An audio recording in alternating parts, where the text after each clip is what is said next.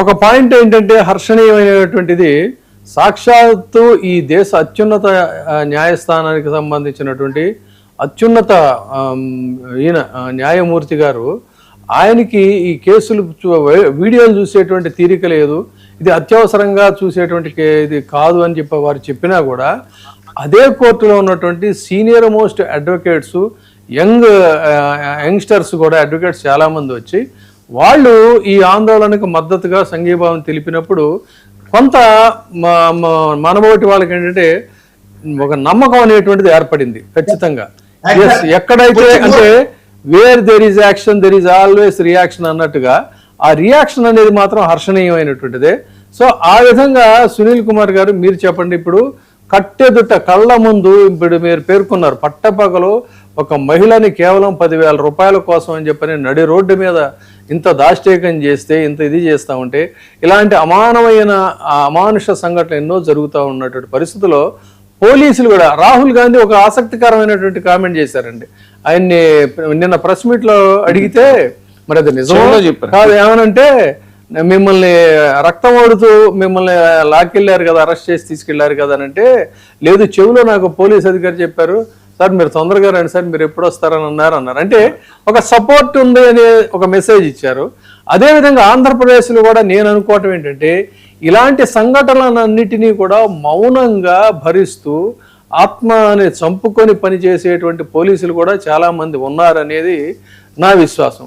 So అక్కడ సుప్రీంకోర్టులో ఏ విధంగా అయితే లాయర్లు అక్కడ ఉన్నటువంటి దీనికి అభీష్టానికి వ్యతిరేకంగా బయటకు వచ్చారో, ఏదో ఒక సందర్భంలో ఇది ఒక క్లైమాక్స్ పీక్స్కి వెళ్ళిన సందర్భంలో ఏపీలో పోలీసులు కూడా మానవతావాదులు వాళ్ళు ఉద్యోగంలో చేరేటప్పుడు చేసినటువంటి ప్రమాణాలకు కట్టుబడి ఇలాంటి అమానవీయమైనటువంటి సంఘటనలు లాకి వ్యతిరేకంగా మేము చేయలేమని చెప్పని బయటకు వచ్చే పరిస్థితులు ఏమన్నా ఉన్నాయంటారా? ఖచ్చితంగానండి. ఇంకా కొంతకాలం పోతే అదే జరుగుతుంది. నాకు తెలిసి ఇప్పటికే చాలా మంది జాగ్రత్త పడుతున్నారు. జాగ్రత్త పడకుండా ఉన్న వాళ్ళకి తప్పదు. ఎనీవే ఇక వచ్చే ప్రభుత్వాలనే మారుతూ ఉంటాయి ఖచ్చితంగా. ఎందుకంటే కంటిన్యూస్ గా ఒకటే ప్రభుత్వం ఉండే పరిస్థితి లేదు. ప్రజలు కూడా ఏమనుకుంటున్నారంటే, ఓకే వాళ్ళు చేసినవి మీరు బయటికి తీశారు, ఇప్పుడు మీరు చేసేవన్నీ బయటికి తీయటానికి ఇంకొకరు రావాలి కదా అనే పరిస్థితిలో ప్రజలు ఉన్నారు. సో మార్పు వచ్చిందంటారా, వస్తుందంటారా? వచ్చిందండి ఖచ్చితంగా. లేకపోతే మన ఆంధ్రప్రదేశ్ లో వరుసనే 2 సార్లు ఏ పార్టీ కూడా అధికారంలోకి వచ్చే ఆనవాయితీ లేదు. వీళ్ళు చేసింది వాళ్ళు బయట పెడతారా, ఇప్పుడు వాళ్ళు చేసింది వీడు బయట పెడతాడు, అందుకే మారుస్తా ఉందా అన్నటువంటి తెలివి ఆంధ్రప్రదేశ్ ఓటర్కు ఉంది. మరి ఇప్పుడు జరిగేటివి ఏం జరుగుతున్నాయి ఇవన్నీ బయటికి రావాలంటే మార్పు తప్పనిసరి కదా. వాళ్ళు వస్తేనే కదా ఇంకొకళ్ళు ఎవరైనా, అది అంటే వైసీపీ కావచ్చు, థర్డ్ ఫ్రంట్ కావచ్చు, ఇంకొకళ్ళు వస్తేనే కదండి ఇప్పుడు ఏం జరుగుతుందో అన్ని బయటికి తీసేది. సో అది జరుగుతుంది. అది జరిగినప్పుడు ఎవరైతే అధికారులు ఇప్పుడు అతిగా ప్రవర్తిస్తున్నారో, చట్టాలను ఉల్లంఘిస్తున్నారో, ఈ ఉపాయాక్తులు పెడుతున్నారో, వాళ్ళందరూ కూడా ఖచ్చితంగా దానికి ప్రతిఫలం అనుభవించక తప్పదు. అశోక్ గారు, పేపర్ లీక్ చట్ట సవరణ బిల్లుకి ఇప్పుడు కేంద్ర కేబినెట్ ఆమోదం తెలిపిందండి తాజాగా.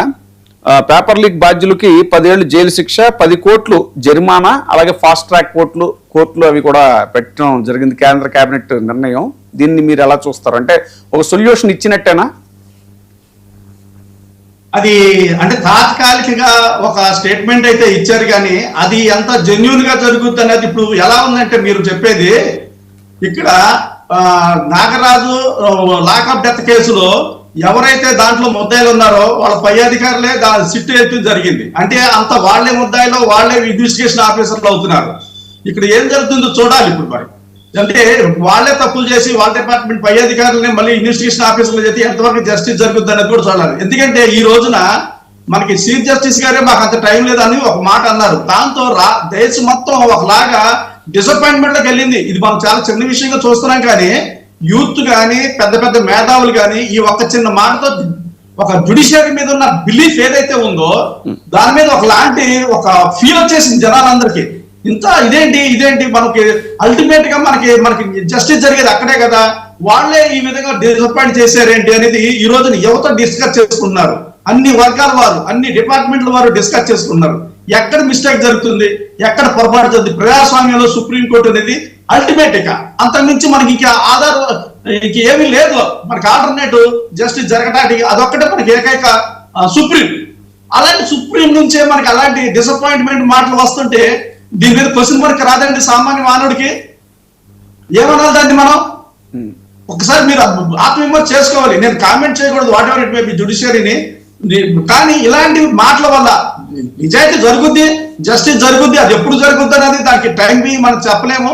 రాజకీయ నాయకులు జనరల్ గా స్టేట్మెంట్లు అయితే ఇస్తారు, ఆ స్టేట్మెంట్లు ఇచ్చినంత స్పీడ్ గా అక్కడ కింద గ్రౌండ్ లెవెల్ ఇంప్లిమెంట్ ఉండదండి, అంత తొందరగా రిజల్ట్ ఏమి రావండి, చాలా జరుగుతాయండి. తాత్కాలికంగా ఈ వేడిని చల్లబరచడం కోసం ఇచ్చే స్టేట్మెంట్లు వేరు, గ్రౌండ్ లెవెల్లో దాన్ని ఇంప్లిమెంట్ చేసి నిజంగా ఆ వ్యక్తులు దోషులు ఎవరైతే ఉన్నారో వాళ్ళు పిలిపించి వాళ్ళ చట్టానికి కట్టుబడి ఉండి ఖచ్చితంగా వాళ్ళకి శిక్షించడం అనేది ఇది ఎప్పటికి ప్రాసెస్. ఈ రోజున అది నిజమే అయితే అసలు అక్కడ దాకా ఎందుకు ఆ విద్యాశాఖ మంత్రిని ఈ రోజు వరకు సస్పెండ్ చేశారా, తీసేశారా మంత్రివర్గంలో నుంచి? ఏ ఒక్క పని ఎందుకు చేయలేకపోతున్నారండి? గడువు అడిగారండి, రేపటిదాకా గడువు అడిగారు. ఆ ఒక్క డిమాండ్ కి మాత్రం గడువు అడిగారు రేపటిదాకా. గడువు ఏంటి సార్? నాకు అర్థం ఈ రోజు సడన్ గా జరుగుతుంది కాదు, వారం రోజుల మట్టి ఇది జరుగుతుంటే, ఈ ఇన్సిడెంట్ జరుగుతుంటే చూడండి ఇప్పుడు ఇక్కడ ఏమి ఇచ్చారండి, ఇది 15/7/2026 గెజెట్ నోటిఫికేషన్ ఇచ్చారు. ఏమని? ఇప్పుడు నేషనల్ సెక్యూరిటీ యాక్ట్ ఇంప్లిమెంట్ చేస్తున్నామని. అది ఎంత ఇది ఘోరం అండి, ఇది నాకు అర్థం కాదు. అదే ఈ యాక్ట్ ఇంప్లిమెంట్ చేస్తున్నట్టు నిన్న తెలిసింది, మీడియాకి నిన్న వచ్చింది. అంటే ఇది ఎప్పుడో చేసింది ఏంటి? డేట్ మార్చి నిన్న వదిలేరా, లేకపోతే నిజంగానే 15వ తారీఖుని రిలీజ్ చేశారా? ఎవరికి చెప్పలేదు, పేపర్కి రాలేదు, న్యూస్ కి రాలేదు.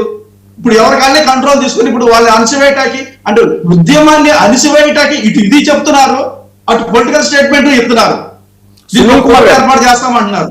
సునీల్ కుమార్ ఒక అశోక్ గారు, మీరు అన్నట్టు ఒక ఆశ్చర్యకరమైనటువంటి అంశం ఇవాళ ఒక జాతీయ ఇంగ్లీష్ పత్రికలో వచ్చింది. ఏంటంటే ఈ పేపర్ లీక్ కి సంబంధించి 23 సంవత్సరాలు పట్టిందంటండి ఆ కేసు విచారణ అవడానికి. సరిగ్గా ఇది సిబిఐ ఎంక్వైరీ ఇదవ్వడానికి 23 సంవత్సరాలు పట్టింది. Finally the CBI court convicted 8 former railway official